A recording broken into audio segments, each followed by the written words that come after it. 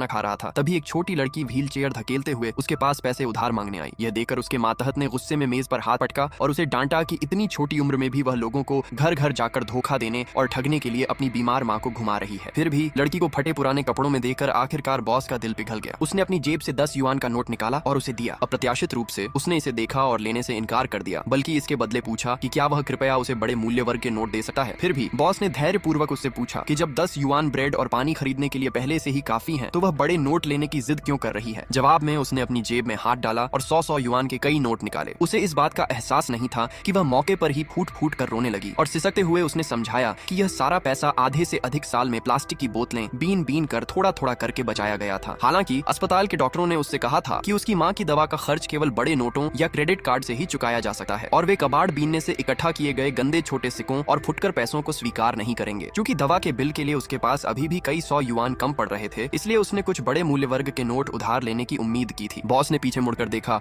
और वास्तव में इसके नीचे मिनरल वाटर की खाली बोतलों का एक बड़ा थैला लटका हुआ देखा। इसके साथ ही उसने कांपते हुए अपनी जेब से चिकित्सा खर्च का एक मुड़ा तोड़ा बिल निकाला। पछतावे से भरकर गैंग का बॉस भी जमीन पर बैठ गया और उसने बार बार उससे माफी मांगी। उसने अपने बैकपैक की जिप खोली, 100 युआन के नोटों की 2 मोटी गड्डियां निकाली और आग्रह किया कि वह इन्हें ले जाए। बॉस सीधा खड़ा हो गया। उसने पैसे उसके हाथों में मजबूती से थमा दिए और सख्ती से लेकिन आत्मीयता से उससे कहा कि उसकी माँ की बीमारी का इलाज सबसे पहले आता है। इसलिए लड़की ने सावधानी से अपने गले से एक जेड का पेंडेंट उतारा और उसे सौंप दिया। इस प्रकार वह इसे गिरवी के रूप में छोड़ने और भविष्य में पर्याप्त पैसे बचा लेने पर इसे छुड़ाने के लिए तैयार थी। उस वस्तु को नीचे देखते हुए बॉस ने अपनी अनुभवी नजर से तुरंत कुछ असाधारण देखा, यह सोचते हुए कि सड़कों पर रहने वाली और कबाड़ बीनने पर गुजारा करने वाली बेसहारा माँ बेटी के पास एक ऐसा विशिष्ट और उत्कृष्ट प्रतीक कैसे हो सकता है जो केवल शीर्ष स्तर के कुलीन अमीर परिवारों के पास ही हो सकता था। उसने तुरंत जेड पेंडेंट को वापस उसके कपड़ों के अंदर रख दिया और उसे गंभीर चेतावनी दी कि वह इसे कभी भी किसी को लापरवाही से न देखने दे। कुछ ही दूरी पर एक कोने में एक गुप्त व्यक्ति तुरंत साए में छिप गया। उसने एक फोन कॉल मिलाया और उत्साहित होकर सूचना दी कि उन्हें तुरंत राष्ट्रपति को सूचित करना चाहिए, क्योंकि जिस ड्रैगन पैटर्न वाले जेड पेंडेंट को वे पिछले 6 वर्षों से खोज रहे हैं वह अभी एक छोटी लड़की के पास है जो अपनी कोमा में पड़ी अचेत माँ को ले जाते हुए सड़कों पर भीख मांग रही है। कुछ ही देर में चिकनी काली लग्जरी कारों का एक काफिला एक समान कतार में संकरी गली में दाखिल हुआ। जैसे ही उसकी नजर व्हील चेयर पर अचेत पड़ी महिला पर पड़ी, वह आंसुओं के साथ अपनी पत्नी का नाम पुकारते हुए पागलों की तरह उसकी ओर दौड़ा। फिर तीव्र भावनाओं से अभिभूत होकर उसने उस हैरान परेशान लड़की को कसकर गले से लगा लिया और पुष्टि की कि वह वास्तव में उसकी अपनी सगी बेटी है। यह स्वीकार करते हुए कि बॉस एक सच्चा इंसान है जिसने तूफानों का सामना किया है, अंडरवर्ल्ड में अपनी जगह बनाई है और उसके पास पैनी समझ तथा दृढ़ अडिग तरीके हैं, उसने औपचारिक रूप से भव्य हवेली की आंतरिक सुरक्षा की पूरी जिम्मेदारी संभालने के लिए उसे और उसके सभी भाइयों को काम पर रखने का प्रस्ताव दिया। इसके बाद वे तुरंत रवाना हुए और गंभीर रूप से बीमार महिला को आपातकालीन उपचार और देखभाल के लिए एक शीर्ष स्तर के अस्पताल ले गए। अस्पताल में व्यवस्था करने के बाद सभी लोग भव्य हवेली में लौट आए।